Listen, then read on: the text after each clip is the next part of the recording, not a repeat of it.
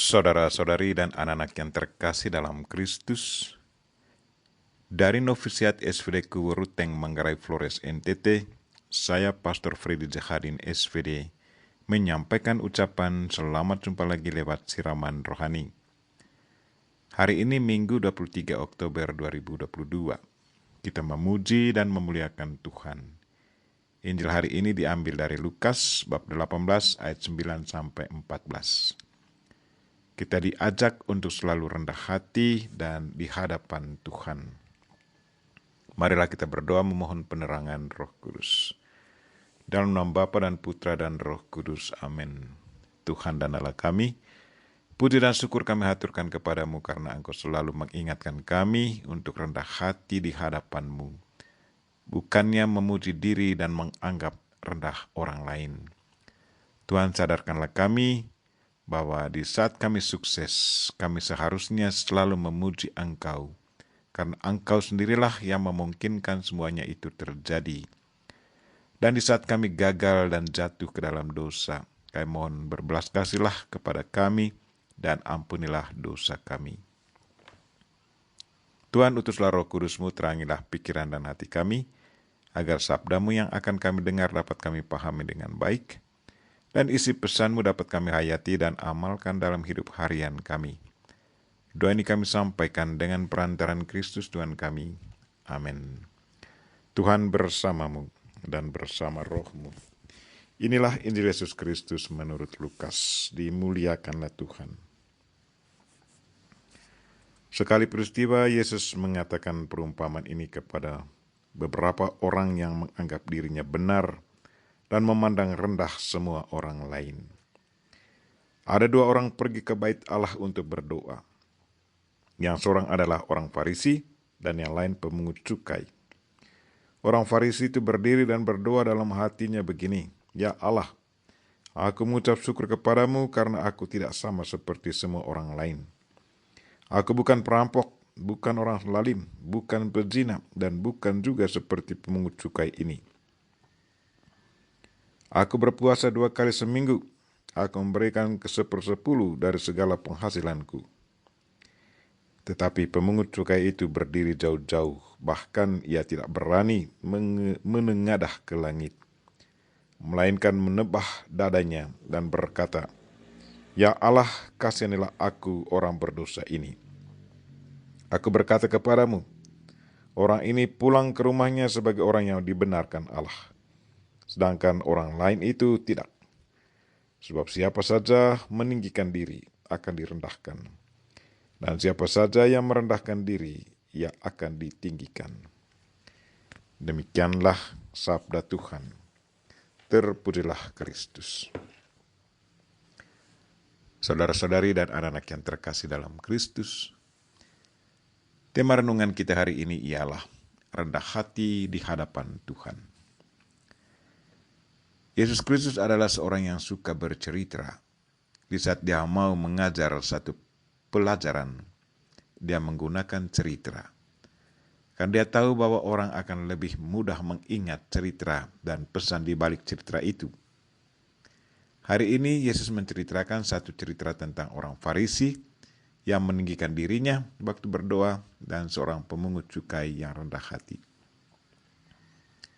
Dalam cerita ini kita amati perbedaan tingkah laku antara orang Farisi dan pemungut cukai. Orang Farisi dengan bangganya melapor diri kepada Tuhan akan segala kebaikan dan kesuksesan dalam hidup hariannya. Ia membenarkan diri hadapan Tuhan dan menganggap orang lain berdosa. Kata orang Farisi ini, "Ya Allah, aku mengucap syukur kepadamu karena aku tidak sama seperti semua orang lain. Bukan perampok, bukan pezina, dan bukan juga seperti pemungut cukai ini." Sepertinya dia tidak tahu bahwa Tuhan adalah Maha Tahu.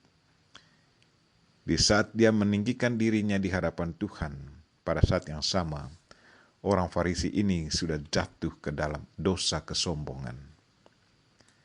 Saudara-saudari dan anak-anak yang terkasih dalam Kristus, terkadang kita seperti orang Farisi ini.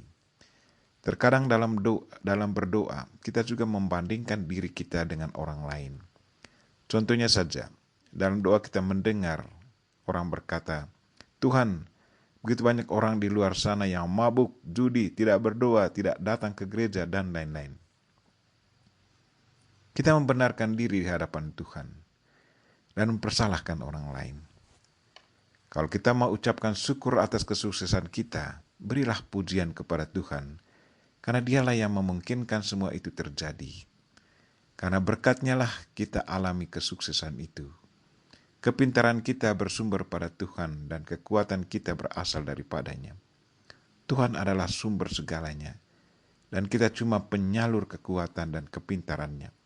Berilah pujian kepadanya.